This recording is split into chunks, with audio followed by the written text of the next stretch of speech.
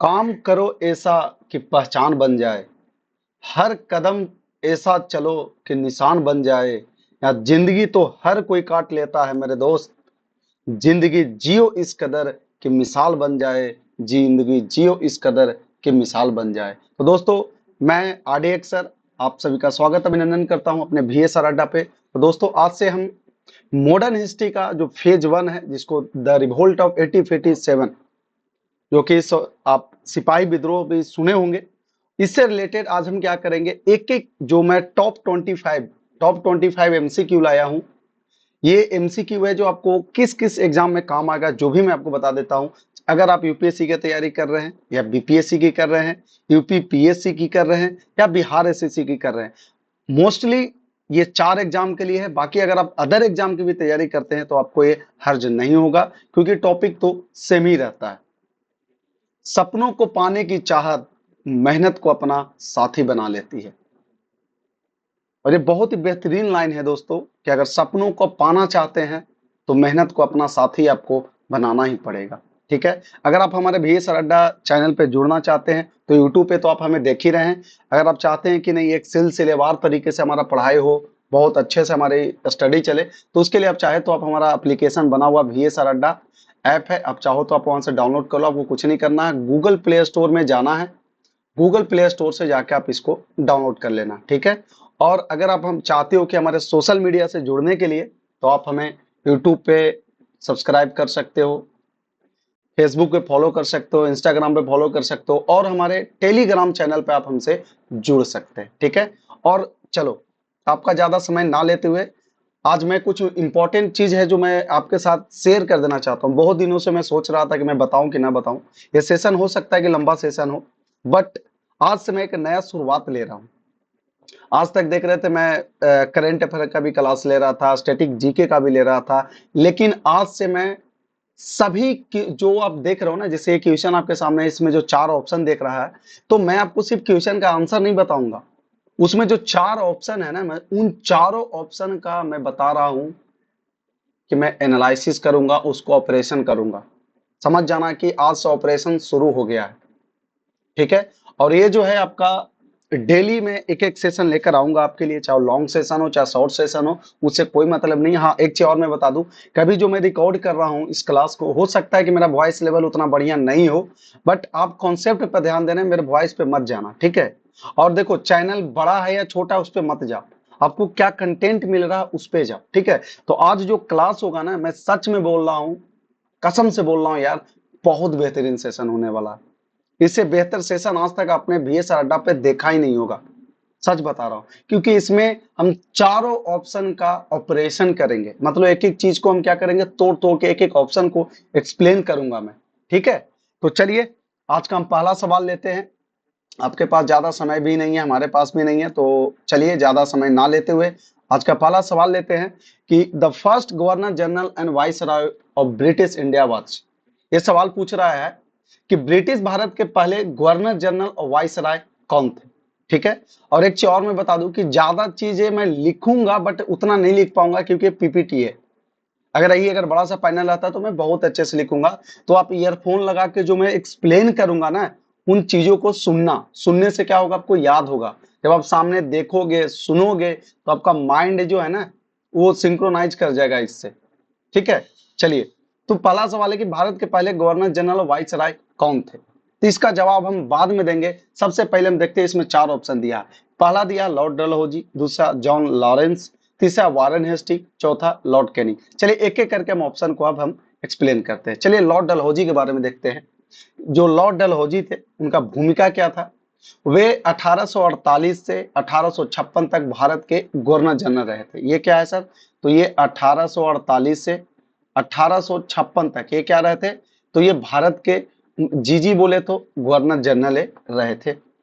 जीजी लिखे तो समझ जाना कि गवर्नर जनरल है। ठीक है, रहे थे। इनका महत्वपूर्ण थोड़ा सा बता दूं कि वे लैप्स की सिद्धांत, जिसको डॉक्ट्रिन ऑफ लैप्स बोलते हैं, डॉक्ट्रिन सुने होंगे, doctrine of lapse, doctrine of lapse, जिसको बोलते हैं क्या चीज सर, लैप्स के सिद्धांत को लागू करने के लिए जाने जाते हैं, जिसने ब्रिटिशों को उन भारतीय राज्यों को कब्जा में लेने की अनुमति दी जहां शासक की मौत के बाद कोई पुरुष वारिस नहीं था।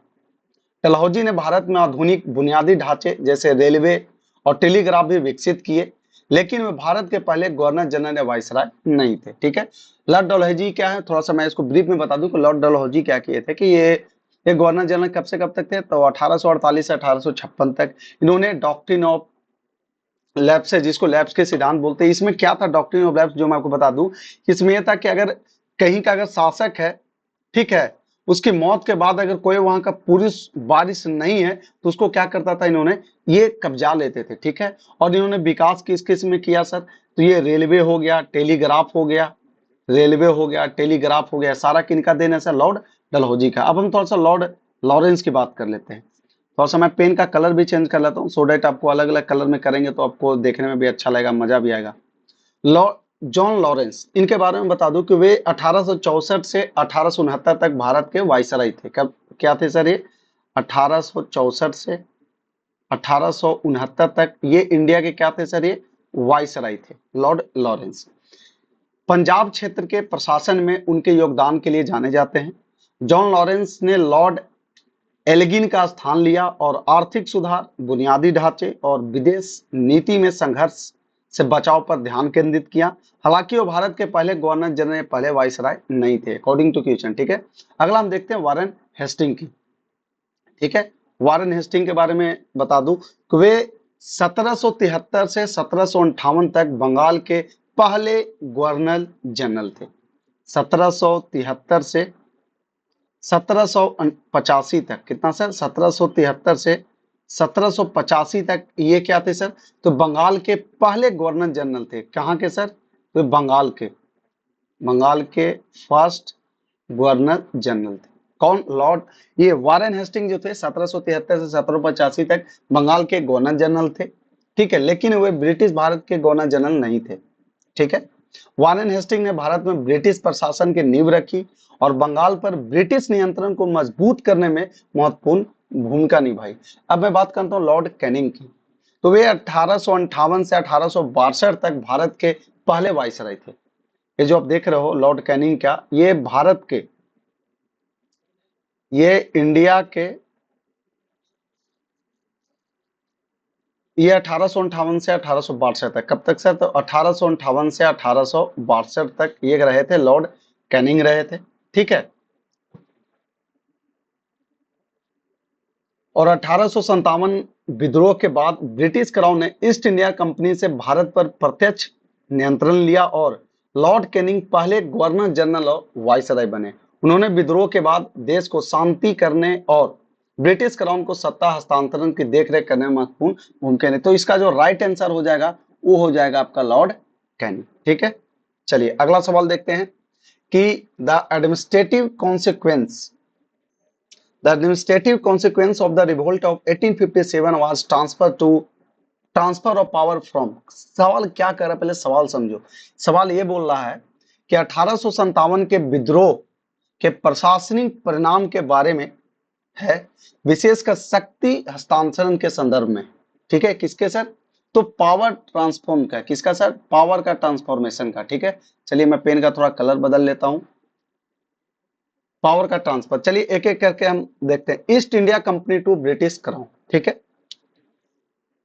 1857 के विद्रोह के बाद ब्रिटिश संसद ने गवर्नमेंट ऑफ इंडिया एक्ट 1858, कौन सा sir, government of India act 1858 पारित किया, जिसने औपचारिक रूप से भारत का नियंत्रण ईस्ट इंडिया कंपनी से ब्रिटिश क्राउन को हस्तांतरित कर दिया। मतलब इसमें क्या किया कि जो ईस्ट इंडिया कंपनी का जो पावर था वो किसको हस्तांतरित कर दिया, ब्रिटिश क्राउन को। किसके थ्रू, तो गवर्नमेंट ऑफ इंडिया एक्ट 1858 के थ्रू इन्होंने हस्तांतरित कर दिया।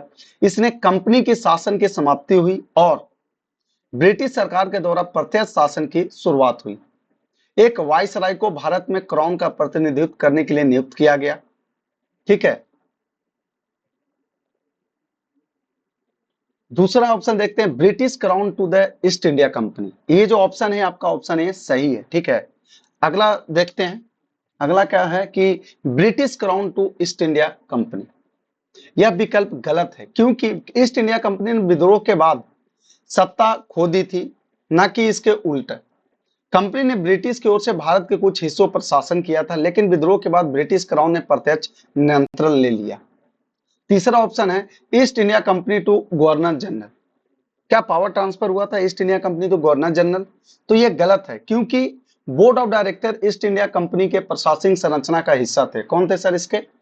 Board of director, board of director, board of director थे, ठीक है, जो इसकी प्रशासनिक संरचना का हिस्सा था। विद्रोह के बाद कंपनी की भूमिका समाप्त हो गई और शक्ति ब्रिटिश क्राउन को हस्तांतरित हो गई, न कि किसी बोर्ड या कॉर्पोरेट इकाई को। अगला है कि British Crown to the Board of Director. जो पावर का ट्रांसफर हुआ था क्या ब्रिटिश क्राउन से बोर्ड ऑफ डायरेक्टर को हुआ था?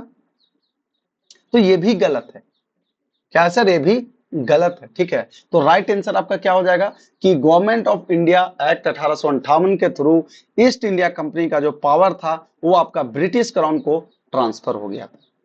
अगला सवाल है Mangal Pandey fire the first shot of revolt of 1857 at, कहां पे? ये सवाल पूछ रहा है। सवाल है कि 1857 के विद्रोह की पहली गोली कहां चलाई गई थी? पहली गोली कहां चलाई गई थी? तो चलिए इसका राइट आंसर हम बाद में देखेंगे, पहले इसको हम एक्सप्लेन कर लेते हैं, ठीक है। बैरकपुर, बैरकपुर का इसमें क्या रोल था सर? तो बता दूं कि Mangal Pandey British East India company की सेना में एक सिपाही थे। उन्होंने 29 मार्च 1857 को बैरकपुर, जो कि कोलकाता के पास है, कब सर? तो ये 29 मार्च 1857, ठीक है।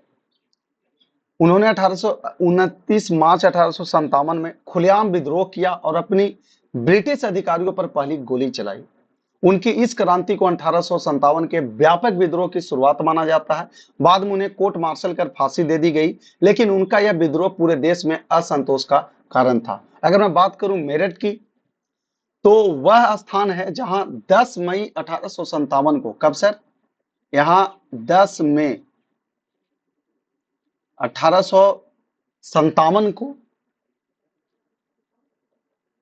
1857 के विद्रोह की बड़ी शुरुआत हुई। हालांकि मेरठ ने विद्रोह के फैलाव में महत्वपूर्ण भूमिका निभाई, लेकिन मंगल पांडे ने यहाँ पहली गोली नहीं चलाई थी। यहाँ पर भारतीय सिपाहियों ने अपने ब्रिटिश कमांडरों के खिलाफ विद्रोह किया, जो दिल्ली और अन्य स्थानों तक फैल गया। यहाँ पे क्या था, मेरठ जो देख रहे हो आप, मेरठ, यहाँ पे गोली नहीं चला था, यहाँ पे लोगों ने विद्रोह किया था, ठीक है।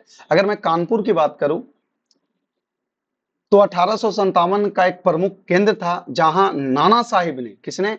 कानपुर किस लिए फेमस था? तो सर कानपुर नाना साहिब के लिए। कानपुर, जहां नाना साहिब ने ब्रिटिशों के खिलाफ विद्रोह का नेतृत्व किया, उन्होंने कानपुर का घेराव किया और 1857 के सबसे खून खराबे वाले घटनाओं में से एक था, लेकिन मंगल पांडे ने आप गोली नहीं चलाई थी, ठीक है। अगला है झांसी। तो मैं इसके बारे में आपको बता दूं कि झांसी को मुख्य रूप से रानी लक्ष्मीबाई के साथ जोड़ा जाता है। ये जो झांसी आप देख रहे हो ना, ये रानी लक्ष्मीबाई से ये जाना जाता है, ठीक है। जो 1857 के विद्रोह में एक प्रमुख महिला योद्धा थी, उन्होंने ब्रिटिशों के खिलाफ बहादुरी से लड़ाई लड़ी, लेकिन मंगल पांडे ने यहाँ पे गोली नहीं चलाई थी। झांसी विद्रोह एक महत्वपूर्ण युद्ध क्षेत्र था, लेकिन वह मुख्य रूप से रानी लक्ष्मीबाई के नेतृत्व का प्रतीक है, ठीक है। तो अब आपको समझ में आ गया कि मंगल पांडे ने सबसे पहले गोली कहां पे चलाई थी सर? बैरकपुर में। कब सर? 29 मार्च 1857 को। अगला सवाल है who among the following was not associated with the revolt of 1857? पूछ रहा है कि इसमें से कौन है जो 1857 विरोध से संबंधित नहीं है। चलिए हम एक एक ऑप्शन को एक्सप्लेन करते हैं। अगर मैं बात करूं महाराणा रंजीत सिंह, इनके बारे में पूछा जाए तो सही उत्तर आपका यही होगा, क्योंकि नाना साहब ने भाग लिया था, बेगम हजरत ने लिया था, खान बहादुर ने लिया था, ये नहीं लिए थे। तो राइट आंसर आपका महाराणा रंजीत सिंह है। राइट आंसर तो पता लग गया, बट हमने आपसे प्रॉमिस किया था कि मैं एक एक ऑप्शन को आपके सामने एक्सप्लेन करूंगा। तो अब हम बात करते हैं महाराणा रंजीत सिंह के बारे में। तो महाराणा रंजीत सिंह पंजाब के सिख साम्राज्य के संस्थापक थे और उन्होंने 1799 से 1839 तक शासक किया। कब सर? 1799 से कब तक सर? 1839 तक शासन किया। उनकी मृत्यु 1839 में हो गई थी, जो कि 1857 के विद्रोह से पहले की बात है, इसलिए वे इस विद्रोह से संबंधित नहीं है। हालांकि उनके साम्राज्य के पतन के बाद पंजाब ब्रिटिश शासन के अधीन आ गया, लेकिन महाराजा रंजीत सिंह का विद्रोह से कोई संबंध नहीं था। अगर कोई पूछेगा कि महाराजा रंजीत सिंह का क्यों नहीं था, तो सर देखो, इनका शासन 1799 से 1839 तक ही चला। उसके बाद ये बेचारे गुजर गए। और रिवोल्ट कब हुई थी? 1857 में। तो ये सर इसमें शामिल नहीं हुए थे। अब हम बात करते हैं नाना साहिब की। तो नाना साहिब 1857 विद्रोह के प्रमुख नेताओं में से एक थे। इन्होंने कानपुर में, नाना साहिब कहां से रिलेटेड है सर? तो ये कानपुर से रिलेटेड है। इन्होंने कानपुर में ब्रिटिश के खिलाफ विद्रोह का नेतृत्व किया। नाना साहिब ने विद्रोहियों का नेतृत्व किया और अंग्रेजों के खिलाफ गंभीर संघर्ष किया। उनके नेतृत्व में कई बड़ी घटनाएं हुई, जैसे कि कानपुर का घेराव, जिसको बोलते हैं सीज ऑफ कानपुर, जिसको कानपुर का घेराव बोलते हैं, इसलिए वे इस विद्रोह से जुड़े हुए थे। अगला, बेगम हजरत महल। बेगम हजरत महल 1857 के विद्रोह में एक प्रमुख महिला नेता थी। वे अवध के नवाब वाजिद अली शाह की पत्नी थी। एक देखो, चलो मैं बता दूं, ये कहाँ की थी? तो सर ये अवध, अवध से रिलेटेड है। किनकी पत्नी थी? तो सर ये वाजिद अली शाह, वाजिद अली शाह, वाजिद अली शाह की क्या थी सर? ये पत्नी थी। कौन? बेगम हजरत महल।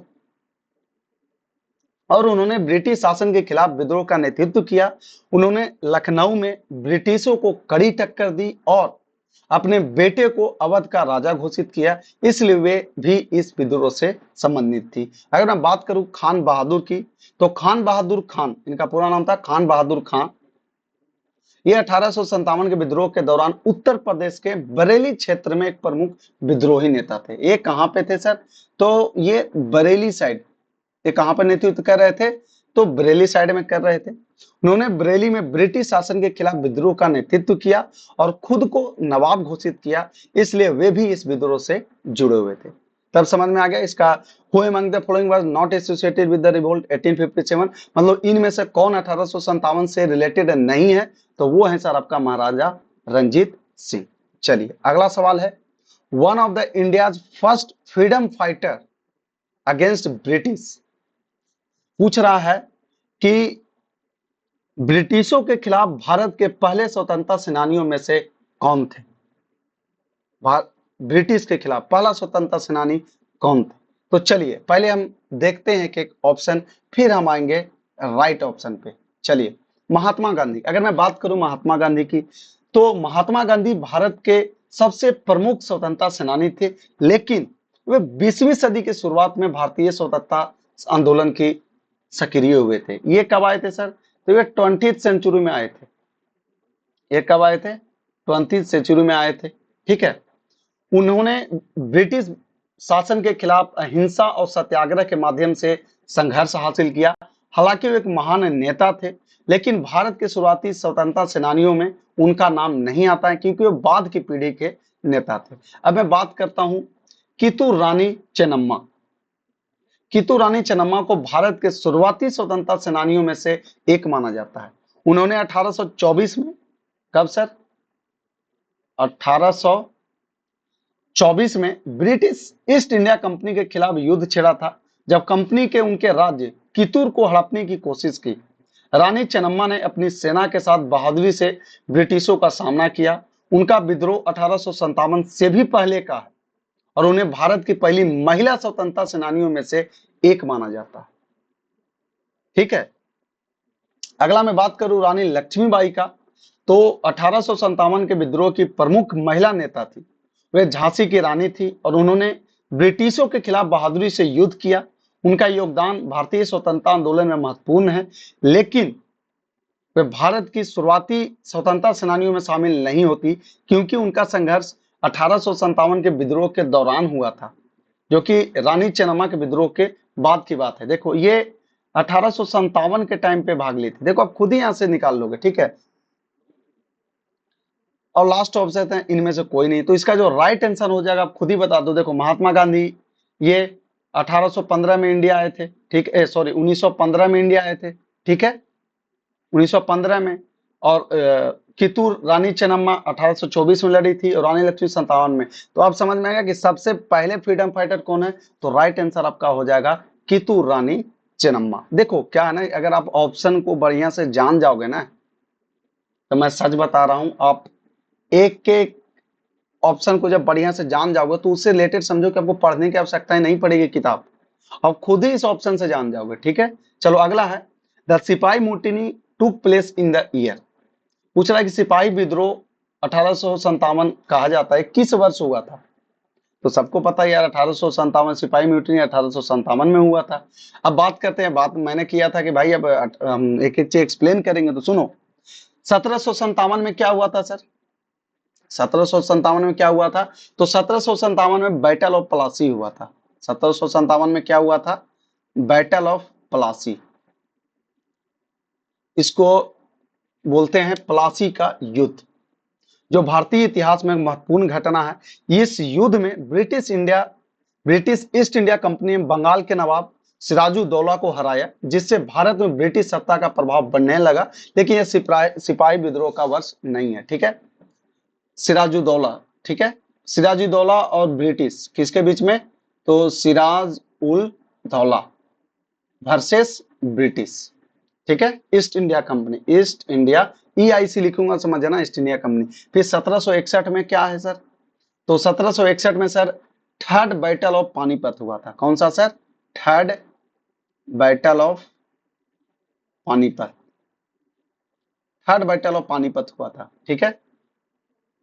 ये किसके बीच में हुआ था सर, तो जो मराठा और अफगानों के बीच का एक महत्वपूर्ण युद्ध था। इस युद्ध में अफगानों के नेता अहमद शाह अब्दाली ने मराठों को हराया था। यह भी सिपाही विद्रोह से संबंधित नहीं है। इसमें कौन था, आपको बस जानना है, ठीक है, अब्दल शाह अदलानी, अब्दलानी, अब्दल शाह अब्दलानी, ठीक है।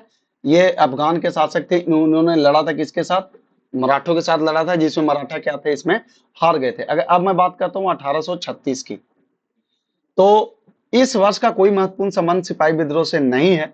1836 के दशक में ईस्ट इंडिया कंपनी का शासन भारत में चल रहा था, लेकिन कोई बड़ा विद्रोह नहीं हुआ था। अगर मैं बात करूं 1857 की, तो शायद इसी साल सिपाही म्यूटिनी हुआ था, ठीक है।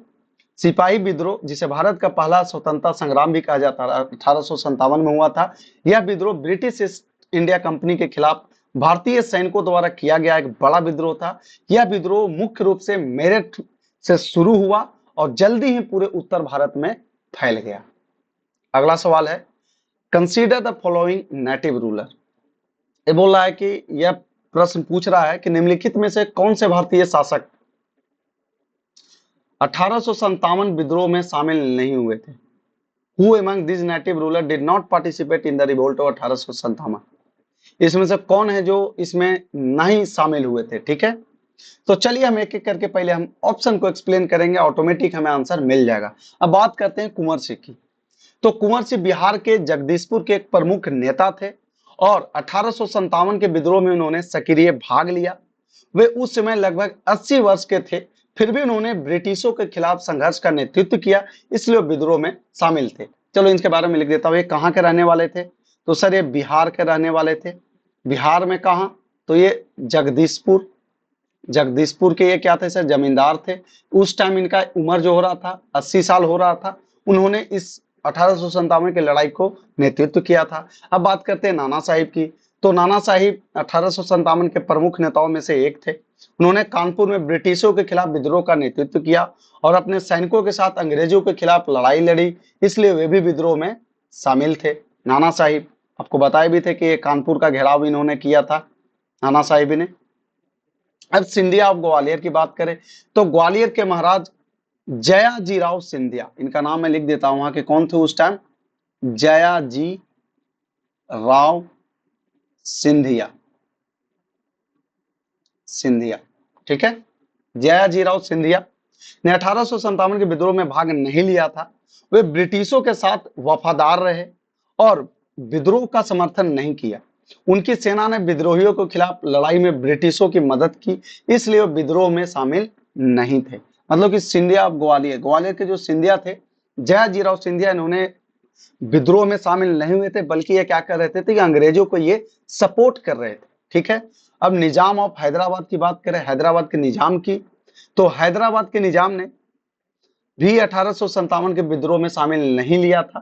वे ब्रिटिशों के वफादार बने रहे और विद्रोहियों का समर्थन किया, इसलिए वे भी 1857 की लड़ाई में शामिल नहीं थे। चलिए अब हम ऑप्शन की बात करते हैं। अगर मैं ऑप्शन 1, 2, 4 लेता हूं तो ये भी ऑप्शन आपका क्या है सर?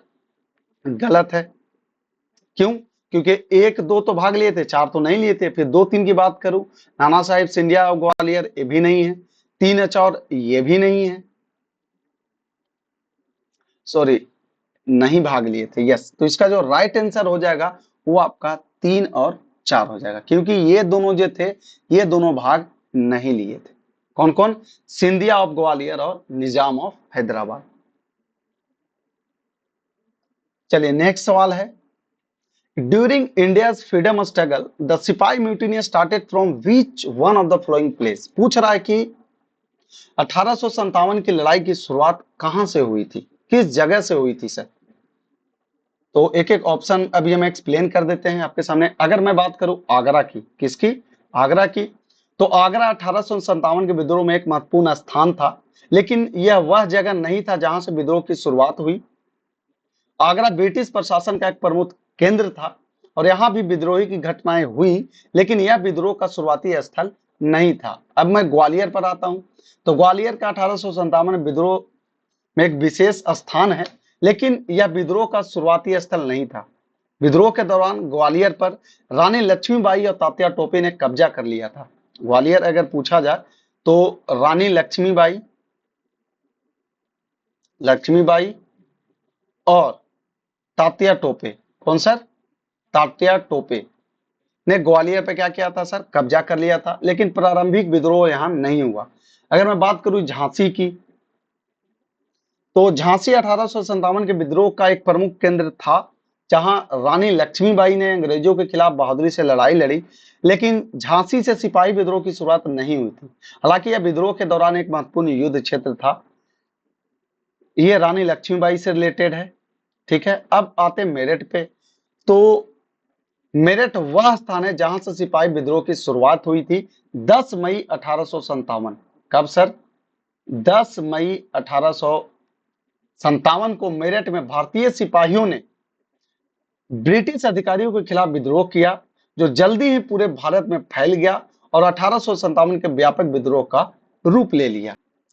तो इसका जो राइट आंसर हो जाएगा वो क्या हो जाएगा सर? मेरठ। और मैं बता दूं ये जो सवाल पूछा गया किसमें? एनडीए 2004 में और उत्तराखंड पीसीएस 2007 में पूछा गया था। अगला सवाल है, who is the author of the book the last Mughal the fall of A dynasty Delhi 1857। और ये सीडीएस 2007 में पूछा गया सवाल है, और ये सवाल ये है, the last Mughal the fall of A dynasty Delhi 1857 के लेखक कौन है? और ये बहुत ही बेहतरीन सवाल है। ठीक है, तो चलिए मैं एक एक करके ऑप्शन पहले एक्सप्लेन करता हूं कि जॉन किर्कलैंड, जॉन किर्कलैंड इस पुस्तक के लेखक नहीं है, उनका नाम इस पुस्तक से संबंधित नहीं है, वे किसी अन्य क्षेत्र से जुड़े हो सकते हैं, लेकिन इस विशेष पुस्तक का लेखन उन्होंने नहीं किया। अगर मैं बात करूं विलियम डेल रिम्पल की, तो विलियम डेल रिम्पल एक प्रसिद्ध ब्रिटिश लेखक और इतिहासकार है। ये जो विलियम देख रहे हो ये क्या है सर? एक ऑथर भी हैं प्लस हिस्टोरियन भी है, ये बहुत बड़े इतिहासकार भी हैं और ये लेखक भी हैं। इन्होंने ही लिखा था book the last Mughal the fall of A dynasty Delhi 1857। और ये कब लिखा था मैं ये भी आपको बता दूं, जो 1857 के भारतीय विद्रोह के समय दिल्ली और अंतिम मुगल सम्राट बहादुर शाह जफर पर आधारित है। इस पुस्तक में विद्रोह के दौरान दिल्ली में घटित घटनाओं और मुगल साम्राज्य के पतन का गहन विश्लेषण है। ठीक है,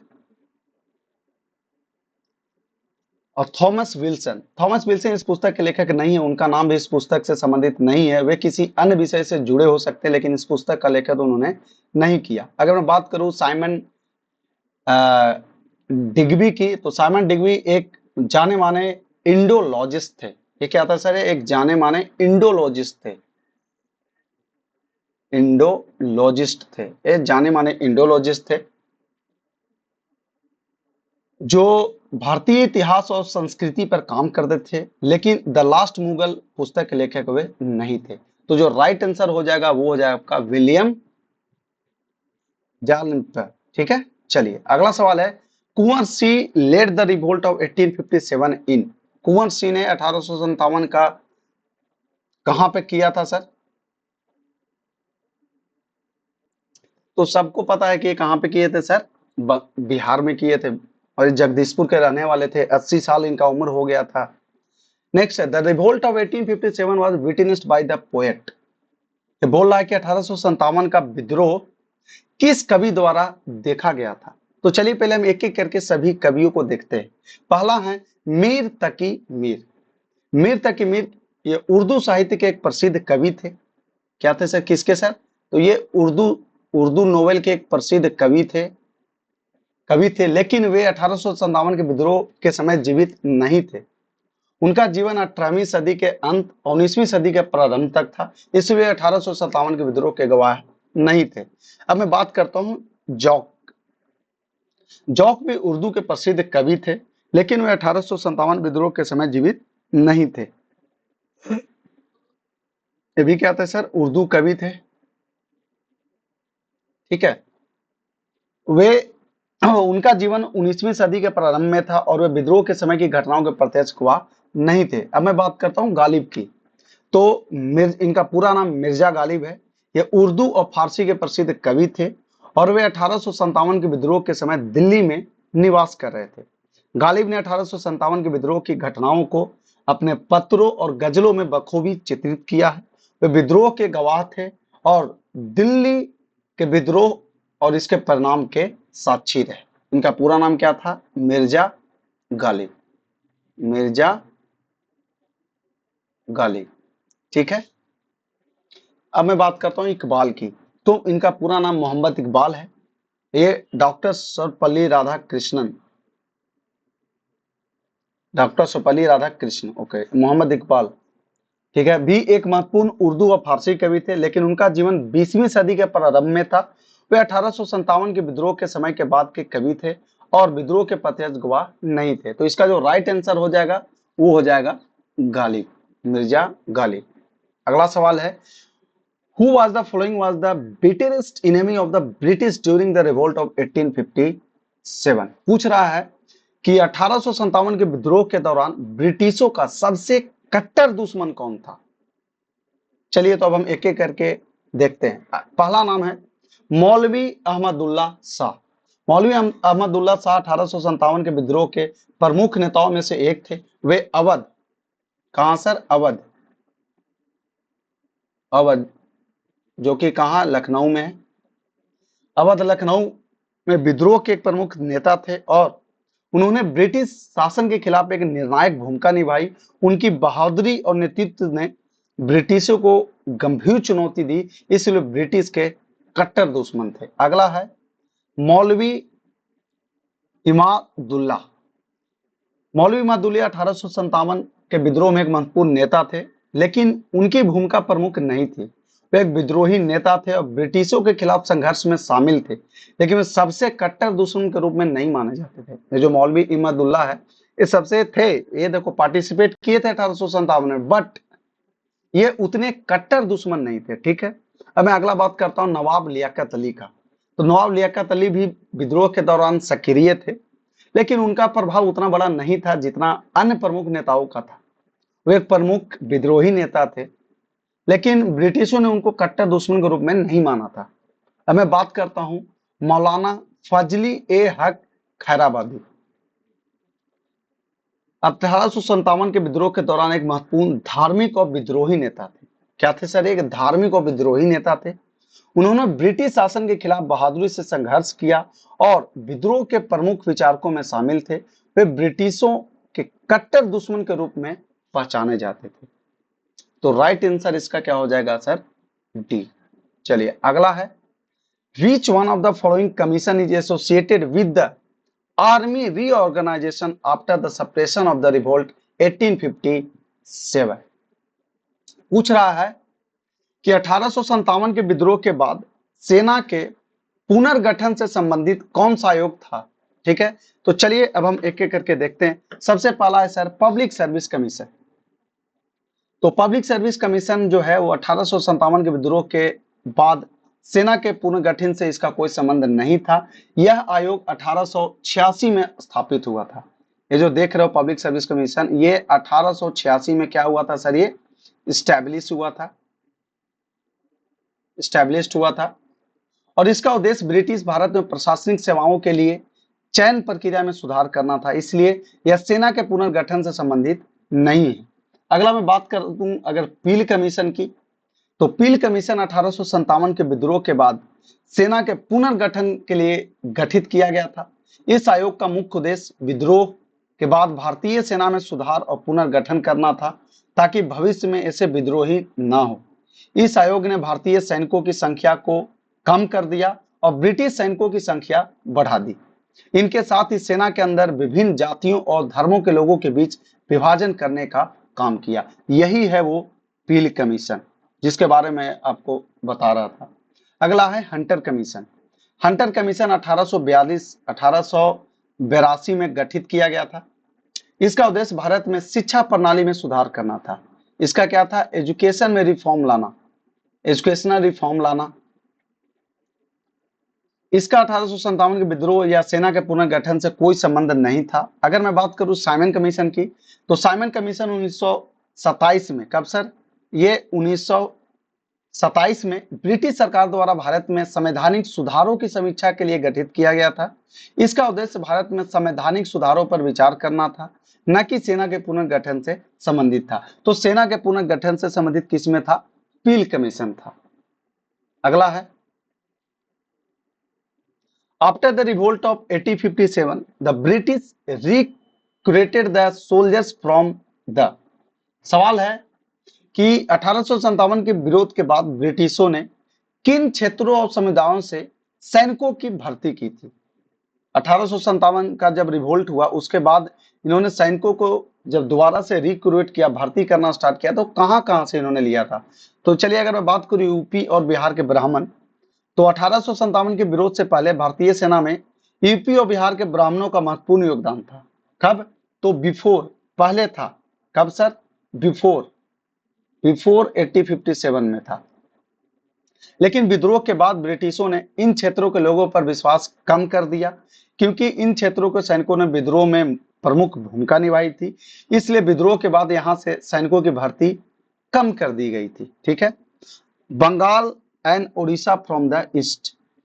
बंगालियों और ओडिया, 1857 के विद्रोह के बाद ब्रिटिशों ने बंगाल और उड़ीसा के सैनिकों से भी दूरी बना ली थी, क्योंकि बंगाल और पूर्वी भारत के क्षेत्रों से आए सैनिकों ने भी विद्रोह में भाग लिया था। इस कारण ब्रिटिश ने विद्रोह के बाद इन क्षेत्रों से सैनिक की भर्ती नहीं की, मतलब यहां से नहीं लिया, यहां से भी नहीं लिया।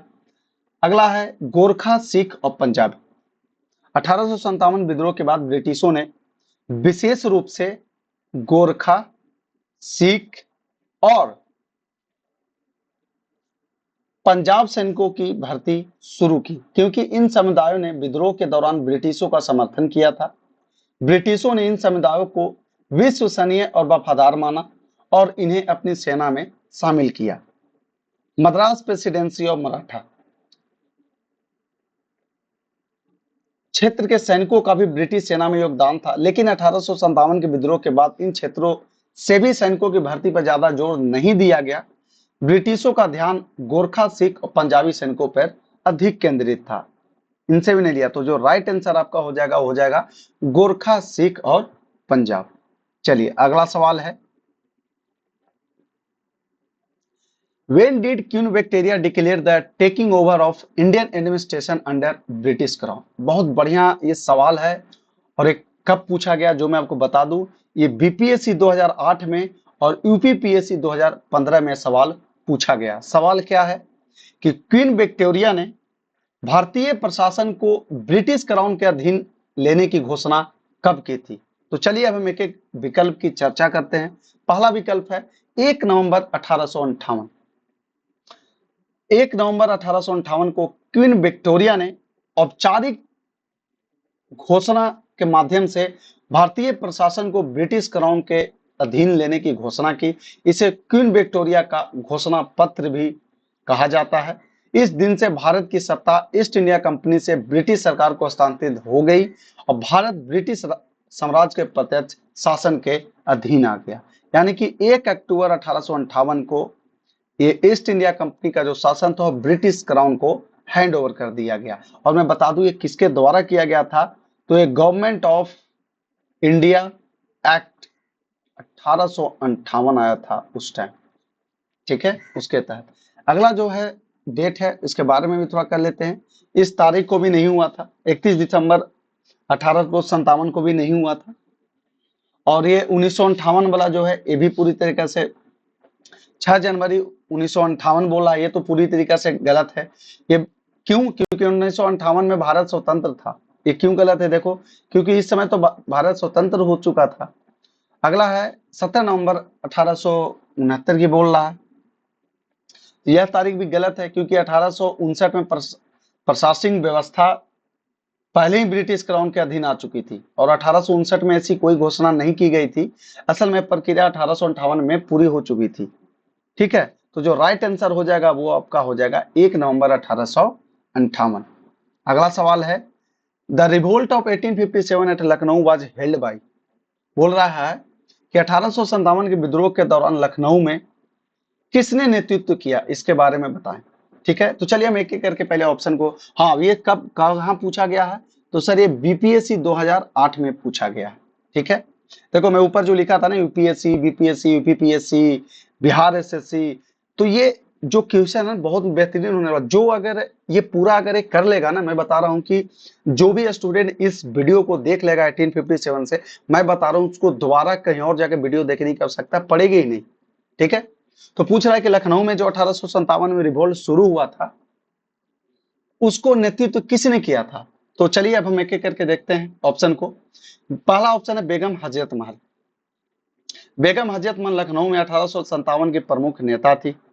कहां पे सर? लखनऊ में नेता थी। उन्होंने अपने पुत्र वीर जिस कद्र के नाम पर शासन किया और ब्रिटिशों के खिलाफ एक मजबूत विद्रोह का नेतृत्व किया। उन्होंने अवध के नवाब वाजिद अली शाह के निष्कासन के बाद लखनऊ में ब्रिटिशों से जमकर मुकाबला किया। उनके बहादुर नेतृत्व के लिए उन्हें जाना जाता है। अब बात करें तात्या टोपे की, तो तात्या टोपे एक प्रमुख नेता थे लेकिन उन्होंने लखनऊ में नेतृत्व नहीं किया। तात्या टोपे ने नाना साहिब के साथ मिलकर कानपुर और अन्य क्षेत्रों में ब्रिटिशों से लड़ाई की थी। वे अपने गुरिल्ला युद्ध रणनीति के लिए जाना जाते थे। ये जो आप देख रहे हो तात्या टोपे, ये गुरिल्ला युद्ध, गुरिल्ला युद्ध था ना, ये इसके लिए जाने जाते थे, ठीक है। और ये नाना साहिब के साथ मिलकर इन्होंने लखनऊ में विरोध किया था, ठीक है। अगला है रानी लक्ष्मीबाई। तो रानी लक्ष्मीबाई झांसी की रानी थी और उन्होंने 1857 के विद्रोह में झांसी से ब्रिटिशों के खिलाफ संघर्ष किया था। उनका लखनऊ के विद्रोह से कोई सीधा संबंध नहीं था। उनकी वीरता और साहस ने उन्हें भारतीय स्वतंत्रता संग्राम की नायिका बना दिया। ये कहां से लड़ी थी सर? तो ये आपका झांसी से लड़ी थी। नाना साहिब की अगर मैं बात करूं तो नाना साहिब कानपुर के विद्रोह के प्रमुख नेता थे। सॉरी उन्होंने कानपुर में ब्रिटिश सेना के खिलाफ विद्रोह का नेतृत्व किया था। उनका लखनऊ के विद्रोह से सीधा संबंध नहीं था लेकिन वो विद्रोह के प्रमुख चेहरा थे। ये कानपुर से रिलेटेड थे। इन्होंने सीज ऑफ कानपुर किया था, मतलब कानपुर का इन्होंने घेराव किया था। तब आपको समझ में आया कि 1857 में लखनऊ का नेतृत्व किसने किया था, तो बेगम हजरत महल, ठीक है। और ये किनकी पत्नी थी आपको बता दूं, ये वाइफ जो थी ये वाजिद अली शाह की वाइफ थी। ये कौन थी सर? तो ये वाइफ ऑफ वाजिद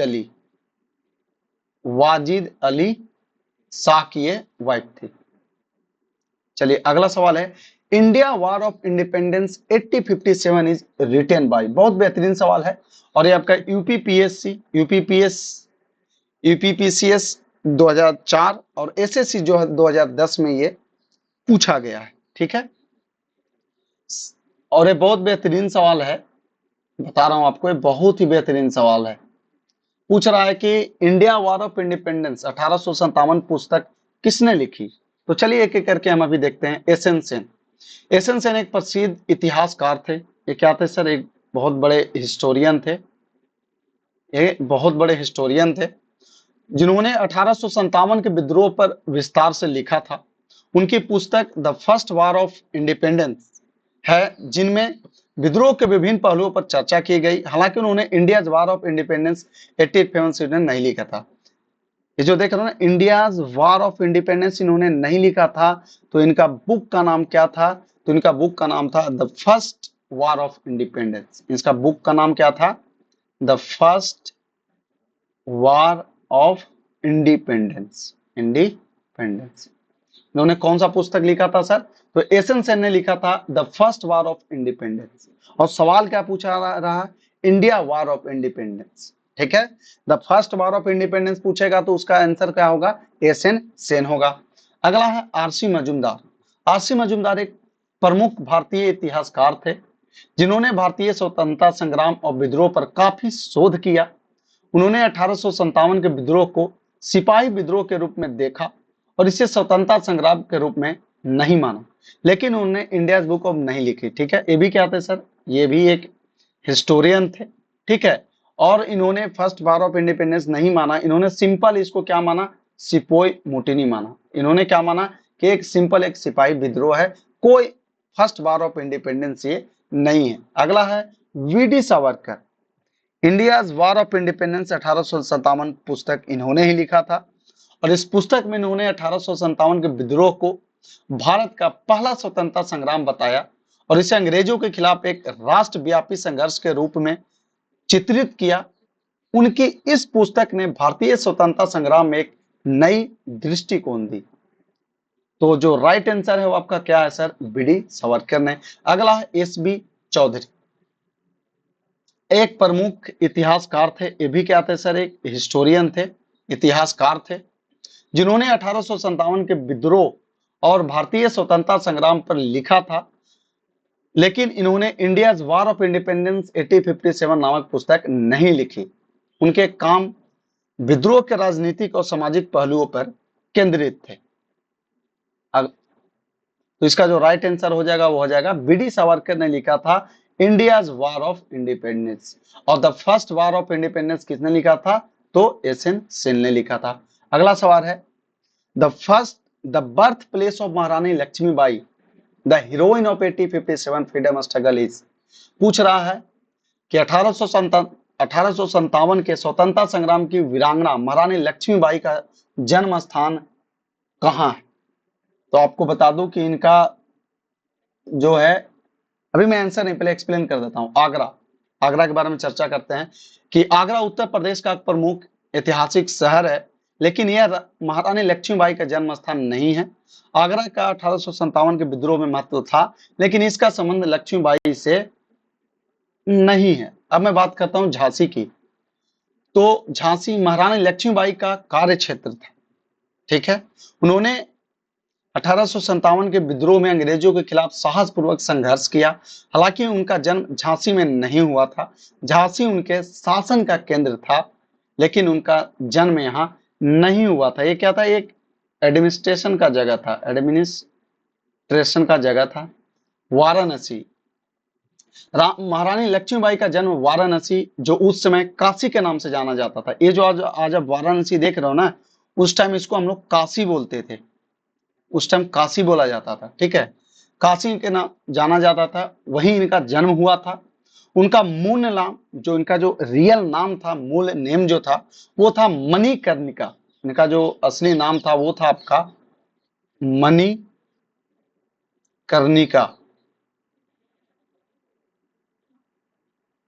मणिकर्णिका इनका जो मूल नाम था वो था मणिकर्णिका।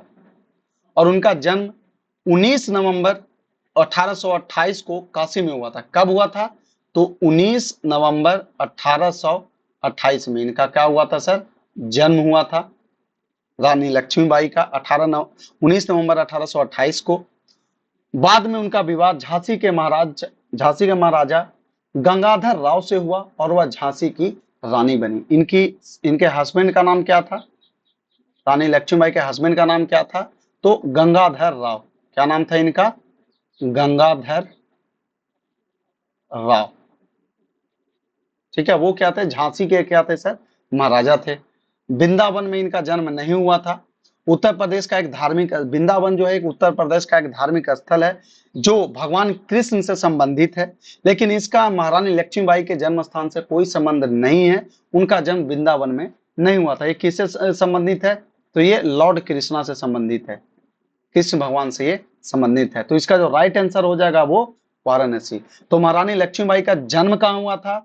वाराणसी में हुआ था। उनका प्रशासनिक जगह कौन सा था? झांसी था।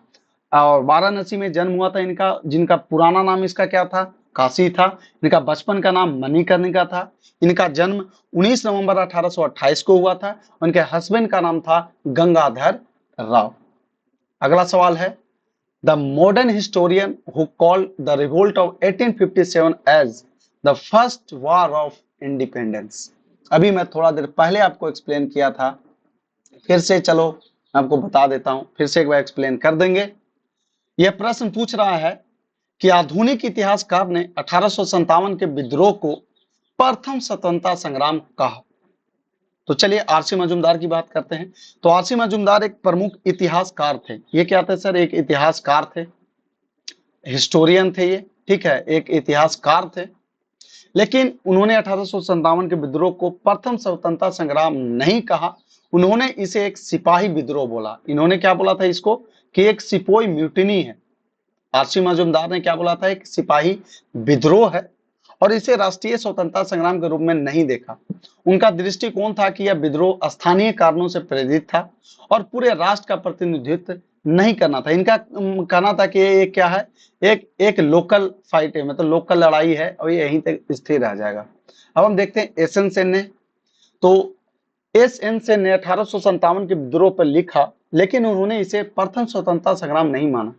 उनके अनुसार यह विद्रोह एक सिपाही विद्रोह था जो बाद में एक व्यापक आंदोलन में बदल गया, लेकिन यह पूरी तरह से राष्ट्रीय स्वतंत्रता संग्राम नहीं था। ठीक है, अब बीडी सावरकर की बात करें तो बीडी सावरकर ने अपनी पुस्तक the first war of Indian independence, the first war of Indian independence जो बीडी सावरकर ने लिखा था, the first war of Indian independence, Bharat का पहला स्वतंत्रता संग्राम कहा। इन्होंने क्या बोला? कि इसको बोला कि भारत का पहला स्वतंत्रता संग्राम है। सावरकर ने इस विद्रोह को ब्रिटिश शासन के खिलाफ एक संगठित और राष्ट्रव्यापी स्वतंत्रता संघर्ष के रूप में चित्रित किया। उनकी इस पुस्तक ने भारतीय स्वतंत्रता संग्राम में महत्वपूर्ण योगदान किया। अब मैं बात करता हूँ थोड़ा अशोक मेहता की। अगर मैं बात करूं तो अशोक मेहता एक राजनीतिक और लेखक थे। उन्होंने भी 1857 के विद्रोह पर लेखन किया, लेकिन उन्होंने इसे प्रथम स्वतंत्रता संग्राम के रूप में वर्णित नहीं किया। उनका दृष्टिकोण इस विद्रोह के सामाजिक और राजनीतिक पहलुओं पर केंद्रित था। इनका क्या था? तो ये सोशल, सामाजिक और पॉलिटिकल, मतलब राजनीतिक पर इनका स्थित था। इन्होंने भी इसे क्या बोला था? कि ये भी एक क्या है? ये भी एक सिपाही म्यूटिनी है। तो जो राइट आंसर इसका हो जाएगा वो हो जाएगा आपका सर वीडी सावरकर। अगला सवाल है, in the stance we could not play off against the Hindu, to which one of the following event did this remark of attrition relate? Mohammedan. कहने का मतलब हुआ कि एस्चन के उस कथन से संबंधित है जिसमें उन्होंने कहा था, इस मौके पर हम मुसलमानों को हिंदुओं के खिलाफ नहीं खिला सकते। कब कहा गया था, कहां पे कहा गया था? तो चलिए अब हम ऑप्शन को एक्सप्लेन करते हैं। सबसे पहला ऑप्शन है रिवोल्ट ऑफ 1857, और ये सही उत्तर भी। पूछो क्यों? क्योंकि 1857 के विद्रोह के दौरान हिंदू और मुस्लिम दोनों ने एक साथ अंग्रेजों के साथ लड़ा था, उनका विद्रोह किया था। ब्रिटिश सरकार की नीति थी कि वे हिंदुओं और मुसलमानों को एक दूसरे के खिलाफ खड़ा करे ताकि वे आसानी से शासन कर सके। लेकिन 1857 के विद्रोह में दोनों समुदायों ने एकजुट होकर अंग्रेजों का विरोध किया। इस विद्रोह के बाद ब्रिटिशों ने हिंदुओं और मुसलमानों के बीच फूट डालने की अपनी नीति को और भी आक्रामक तरीके से लागू किया। कब कहा गया था? तो सर रिवोल्ट 1857 में। चंपारण सत्याग्रह की अगर मैं बात करूं तो सर चंपारण सत्याग्रह महात्मा गांधी द्वारा 1917 में बिहार के चंपारण जिले में नील की खेती कर रहे किसानों की समस्याओं को हल करने के लिए शुरू किया गया था। ये कहां पे सर? तो आपका बिहार के चंपारण में, जो कि आपका नील की खेती से रिलेटेड था। यह आंदोलन स्थानीय किसानों और ब्रिटिश नील उत्पादकों के बीच था। इस आंदोलन का हिंदू मुस्लिम संबंधों या फूट डालने की राजनीति से कोई सीधा संबंध नहीं था। अगर मैं बात करूं खिलाफत एंड नॉन कॉपरेशन मूवमेंट की, तो 1920 के दशक में, कब सर? 1920 के दशक में महात्मा गांधी द्वारा असहयोग आंदोलन और खिलाफत आंदोलन चलाए गए थे। इसमें हिंदू और मुसलमानों दोनों ने अंग्रेजों के खिलाफ एकजुट होकर संघर्ष किया। हालांकि इस आंदोलन के दौरान भी ब्रिटिशों ने हिंदू मुस्लिम एकता को तोड़ने की कोशिश की, लेकिन एचिसन का कथन इससे संबंधित नहीं है। अगला अगस्त मूवमेंट ऑफ 1942, मतलब कि अगस्त आंदोलन या भारत छोड़ो आंदोलन, इसको दूसरा भी नाम था, क्या था? भारत छोड़ो आंदोलन। भारत छोड़ो आंदोलन में महात्मा गांधी द्वारा शुरू किया गया था। 1942 में इसको शुरू किया गया था। यह आंदोलन ब्रिटिश शासन से पूरी तरह से स्वतंत्रता की मांग की थी।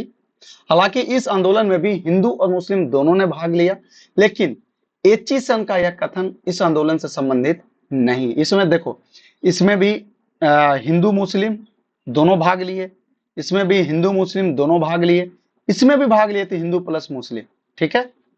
लेकिन ये अगर बात कर रहा है किसका, ये एचिसन की पूछ रहा है कि एचिसन के कथन के अनुसार, तो राइट आंसर आपका हो जाएगा रिवोल्ट ऑफ 1857। अगला सवाल है, Which one of the following territories were not affected by the revolt of 1857? ये पूछ रहा है कि 1857 के विद्रोह से प्रभावित ना होने वाले क्षेत्र के बारे में, ठीक है। चलिए देखिए, झांसी तो था ही, 1857 में झांसी था ही, जगदीशपुर जो कि बिहार में है ये भी था। अब ये बोल रहा है अगला है चित्तौड़, 1857 के विद्रोह से प्रभावित नहीं था। चित्तौड़ का इस विद्रोह से कोई लेना देना नहीं था, और ना तो इनमें किसी का योगदान था, ना इसमें किसी की भागीदारी थी, ठीक है। जगदीशपुर अब देख ही रहे थे, बिहार के थे। लखनऊ वहां से आपका बेगम हजरत महल थी। झांसी से कौन थी? रानी लक्ष्मीबाई थी। और बिहार से कुंवर सिंह थे हमारे, और आपका बेगम हजरत महल थी। लेकिन चित्तौड़ इसमें भाग नहीं लिया था। तो राइट आंसर आपका क्या हो जाएगा सर? चित्तौड़। अगला सवाल है, with reference to the revolt of the year 1857, who of the following was betrayed by death by the British, a friend captured and put। थोड़ा सा छोड़ दिया है क्वेश्चन, मैं इसको हिंदी में आपको पढ़ के समझा देता हूं कि 1857 के विद्रोह के संदर्भ में यह प्रश्न पूछ रहा है कि किस नेता को ब्रिटिशों द्वारा मौत के घाट उतारा गया था। मतलब कि बिट्रेड बाय डेथ, मतलब डेथ बाय द ब्रिटिश, वो कौन से ऐसा नेता थे जिनको की मौत के घाट उतार दिया गया था, ठीक है।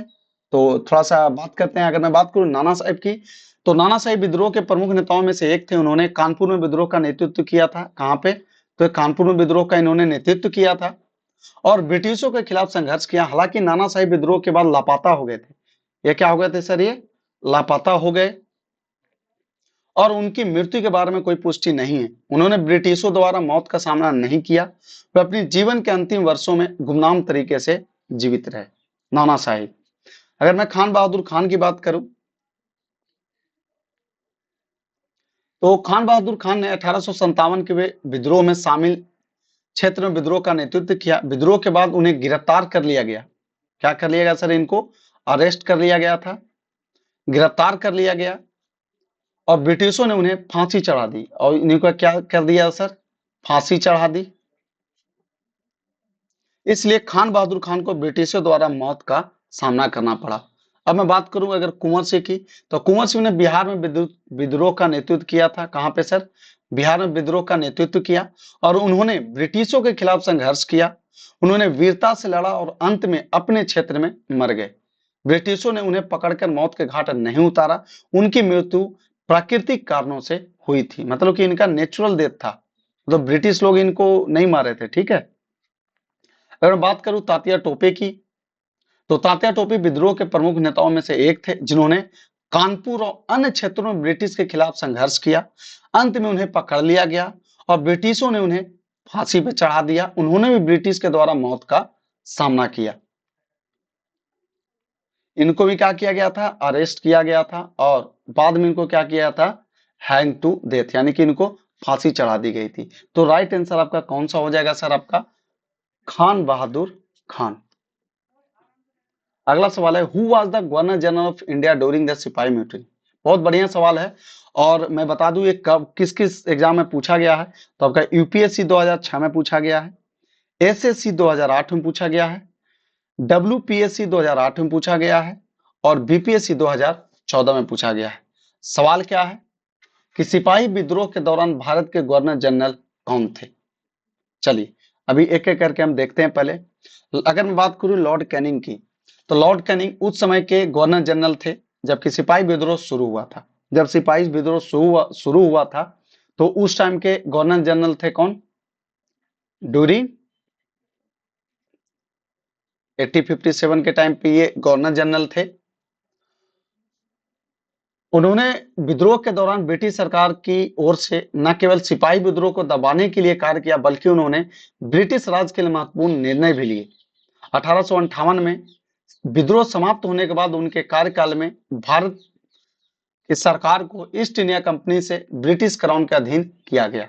ये जो आप देख रहे हो लॉर्ड कैनिंग के टाइम पे ही जो आपका ईस्ट इंडिया कंपनी जो था, इसका जो पावर था वो आपका ट्रांसफर हो गया किसको? ब्रिटिश क्राउन को। किसके द्वारा? तो गवर्नमेंट ऑफ इंडिया एक्ट 1858 के द्वारा। उस टाइम लॉर्ड कैनिंग ही थे गवर्नर जनरल। अगर मैं लॉर्ड डलहौजी की बात करूं तो 1856 तक भारत के गवर्नर जनरल थे। ये कब तक थे सर? अप टू 1857 तक एक आते सर भारत के गवर्नर जनरल थे। उनके कार्यकाल में भारत में कई महत्वपूर्ण प्रशासनिक सुधार किए गए, लेकिन सिपाही विद्रोह के दौरान उनका कार्यकाल समाप्त हो चुका था। विद्रोह के समय डलहौजी का कार्यकाल समाप्त हो गया था और उनका स्थान लॉर्ड कैनिंग ने ले लिया था। ठीक है।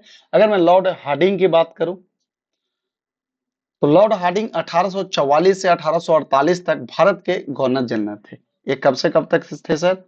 तो 1844 से लेकर 1848 तक ये भारत के गवर्नर जनरल थे। उनका कार्यकाल सिपाही विद्रोह के समय से पहले समाप्त हो चुका था। इस समय तक लॉर्ड कैनिंग गवर्नर जनरल थे। अगर मैं लॉर्ड लिटन की बात करूं तो लॉर्ड लिटन 1876 से 1880 तक भारत के गवर्नर जनरल थे। कब से कब तक? तो 1876 से 1880 तक, 1876 से 1880 तक भारत के गवर्नर जनरल थे। उनका कार्यकाल सिपाही विद्रोह के बहुत बाद का था। ठीक है। तो पूछ रहा है कि सिपाही विद्रोह के टाइम पे कौन थे गवर्नर जनरल भारत के? तो वो थे आपका लॉर्ड कैनिंग। यही इसका राइट आंसर है। ठीक है। और आज का ये आपका आखिरी सवाल भी है इस सेशन का, और बहुत लंबा सेशन चला गया बिल्कुल, लेकिन ये बहुत बेहतरीन सेशन है, सच बता रहा हूं। ठीक है। और एक शायरी में चाह रहा था कि बोल लूं तो मैं बोल ही लेता हूं कि मसला हल हुआ हुआ कि नहीं, हमसा कोई मिला मिला कि नहीं। मसला हल हुआ कि नहीं, हमसा कोई मिला मिला कि नहीं। अरे छोड़िए हमको, हम तो बेदिल हैं। अरे छोड़िए हमको, हम तो बेदिल हैं। आपका दिल कहीं लगा लगा कि नहीं। आपका दिल कहीं लगा लगा कि नहीं। चलिए, और ये आज का आखिरी सवाल है जो मैं चाहता हूं कि इसको आपके सामने प्रस्तुत कर दूं। Who among the following was known during the days of revolt of 1857 as डाका शाह? बहुत, और मैं बता दूं ये आपको, देखो सीडीएस 2019 में सवाल पूछा गया है वाला, बहुत बेहतरीन सवाल है। कि 1857 के विद्रोह के दौरान डंका शाह के रूप में प्रसिद्ध व्यक्ति के बारे में बताइए, कौन थे? चलिए देखते हैं। पहला, अब मैं ऑप्शन पे बात करता हूं, शाहमल, पश्चिमी उत्तर प्रदेश। शाहमल की अगर मैं बात करूं तो ये आपका वेस्टर्न यूपी पश्चिमी उत्तर प्रदेश के स्थानीय नेता थे, जिन्होंने 1857 के विद्रोह के दौरान किसानों को संगठित करके ब्रिटिश के खिलाफ विद्रोह किया। उन्हें उनके नेतृत्व और संगठनात्मक कौशल के लिए जाना जाता था, लेकिन उनके डंका से नहीं जाना जाता। ठीक है, इन्होंने क्या किया था, वेस्टर्न यूपी में सारे फार्मरों को इकट्ठा करके इन्होंने लड़ाई लड़ा था। अब मैं बात करूं कि मौलवी अहमदुल्ला शाह की, तो मौलवी अहमदुल्ला शाह 1857 के विद्रोह के प्रमुख नेताओं में से एक थे। उन्हें उनकी बहादुरी और ब्रिटिशों के खिलाफ संघर्ष के लिए जाना जाता था। उन्हें ब्रिटिश के दौरान डंका शाह के नाम से भी जाना जाता था। ऐसा क्यों जाना जाता था? क्योंकि वो विद्रोह के दौरान अपनी शक्ति और प्रभाव के कारण ब्रिटिशों के लिए एक बड़ा खतरा थे। उन्होंने अवध क्षेत्र में ब्रिटिशों के खिलाफ संघर्ष किया। तो डंका शाह किनको कहा जाता था सर? तो इन्हीं को कहा जाता था, डांका शाह। नाना साहिब की अगर मैं बात करूं तो नाना साहिब कानपुर में 1857, कब ये नाना साहिब किससे रिलेटेड है? कानपुर। तो नाना साहब ने 1857 के विद्रोह में कानपुर का नेतृत्व किया था। उन्होंने विद्रोह का नेतृत्व करते हुए ब्रिटिश के खिलाफ इन्होंने लड़ाई भी लड़ा था, नाना साहब ने, और इनका नाम डंका शाह नहीं रखा गया था। ठीक है, अगर मैं बात करूं तात्या टोपे की, तो उन्होंने भी 1857 के विद्रोह में प्रमुख नेताओं में से एक थे। उन्होंने विभिन्न क्षेत्रों में ब्रिटिशों के खिलाफ संघर्ष किया और कई प्रमुख युद्धों में इन्होंने भाग लिया, लेकिन इनका नाम डाका शाह था वो नहीं था। तो जो राइट आंसर हो जाएगा वो हो जाएगा आपका मोहम्मद अहमदुल्ला शाह। तो ये था सर आपका पूरा आज का क्लास। आप हमें ये बताना कि आज जो मैं क्लास लिया हूं क्या आपको ये सही लगा, कैसा लगा? आप मुझे रिव्यू जरूर देना। ठीक है, मैं कसम से बता रहा हूँ, आज जो मैं वीडियो बनाया हूं ना, मैं ये सोच के आज नहीं बनाया हूं कि मेरा कितना लाइक जाएगा, मेरा कितना व्यूज जाएगा। मैं बिल्कुल सोच के नहीं बनाया हूं। मैं बस यही सोच के बनाया हूं कि जो चीजें मैं इनको दे रहा हूं, जो चीजें मैं इनको पढ़ा रहा हूं, जो चीजें मैं इनको बता रहा हूं, अगर एक बार यहाँ से पढ़ ले, दोबारा इनको दूसरी जगह से जाकर पढ़ने की आवश्यकता ना पड़े। ठीक है, तो ये था आपका ये स्टैटिक जीके का आज डे 1 है। चलो मैं डे 1 तो उसमें लिखा नहीं था, बट आप इतना याद रखना ये डे 1 था और टोटल ये 60 दिन तक मैं लेके चलूंगा। जब ये देखो, जब तक आपका 70th बीपीएससी नहीं हो जाता तब तक ये आपका जो है आपका डेली में आपके लिए एक एक टॉपिक लेकर आते रहूंगा। अभी जो है, अभी मैं देखो, सबसे पहले अगर मैं बात करूं बीपीएससी की, तो भाई बीपीएससी में मोस्ट इंपॉर्टेंट क्या, सबसे ज्यादा जो सवाल आता है वो आपका हिस्ट्री हो गया। ठीक है, हिस्ट्री से ज्यादा सवाल आता है। फिर आपका करेंट अफेयर हो गया। फिर अगर मैं बात करूं तो आपका बिहार स्पेशल हो गया। फिर आपका साइंस हो गया। ठीक है, ये सारा जो है ये चारों पोर्शन ही से ज्यादा सवाल आते हैं। फिर उसके अलावा आपका ज्योग्राफी हो गया, इकोनॉमिक्स हो गया, ये सबसे तो आता ही है, मैथ से भी आता है। तो ज्यादा जो मैं फोकस करूंगा वो आपका हिस्ट्री, करेंट अफेयर, साइंस, और अगर आप डिमांड करोगे तभी मैं बिहार स्पेशल का क्लास कराऊंगा। अगर आप बोलोगे कि हाँ सर बिहार स्पेशल की क्लास कराओ, तो बिहार स्पेशल की क्लास कराएंगे। नहीं तो फिर आपका सबसे पहले हिस्ट्री चलेगा, फिर आपका करंट अफेयर भी चलेगा, दोनों साथ में चलेगा। हिस्ट्री और करंट अफेयर दोनों आपका चलेगा। ठीक है, और मैं इतना वादे के साथ कह रहा हूं, अगर आप डेली वीडियो देखोगे ना तो 20 बीपीएससी आपको क्वालिफाई करने से कोई नहीं रुकेगा। मैं आपको दावे के साथ कर रहा हूं, मैं आपको ओपन चैलेंज कर रहा हूं, क्योंकि इतना बेहतरीन तरीके से मैं आपके लिए बता ही रहा हूं कि मुझे खुद लग रहा है कि हाँ यार, नहीं, मैं बच्चों को अच्छा कंटेंट दे रहा हूँ। जब अगर आप अच्छा कंटेंट देते हो ना तो आपको खुद ही खुशी होता है, तो मुझे भी खुशी होता है। ठीक है, और अगर आप चाहते हैं ये हमारे VS अड्डा से जुड़ने के लिए, तो एक मिनट में इसको थोड़ा इरेज कर लेता हूँ। अगर आप जुड़ना चाहते हैं हमसे तो आप हमारे टेलीग्राम चैनल पे जुड़ सकते हैं, आप हमें फेसबुक पे फॉलो कर सकते हैं, आप हमें इंस्टाग्राम पे भी फॉलो कर सकते हैं।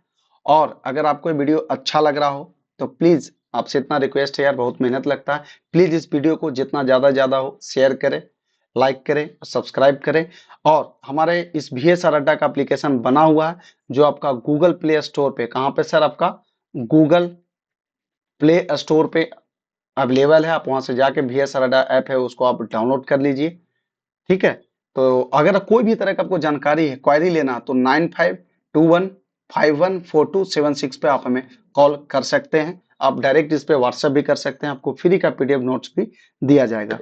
तो लास्ट करने से पहले मैं इतना ही बोलूंगा कि कोई इतना अमीर नहीं कि अपना गुजरा हुआ वक्त खरीद सके। कोई इतना अमीर नहीं कि अपना गुजरा हुआ वक्त खरीद सके, और कोई इतना गरीब नहीं कि अपना आने वाला वक्त न बदल सके, अपना आने वाला वक्त न बदल सके। तो दोस्तों, अब वो वक्त आ गया है, आप अपना भी वक्त बदलिए और दुनिया के सामने प्रूव करिए, yes I am the best, I am the best. चलिए ठीक है, फिर मिलते हैं अगले वीडियो में, तब तक के लिए bye bye, take care, keep signing off, जय।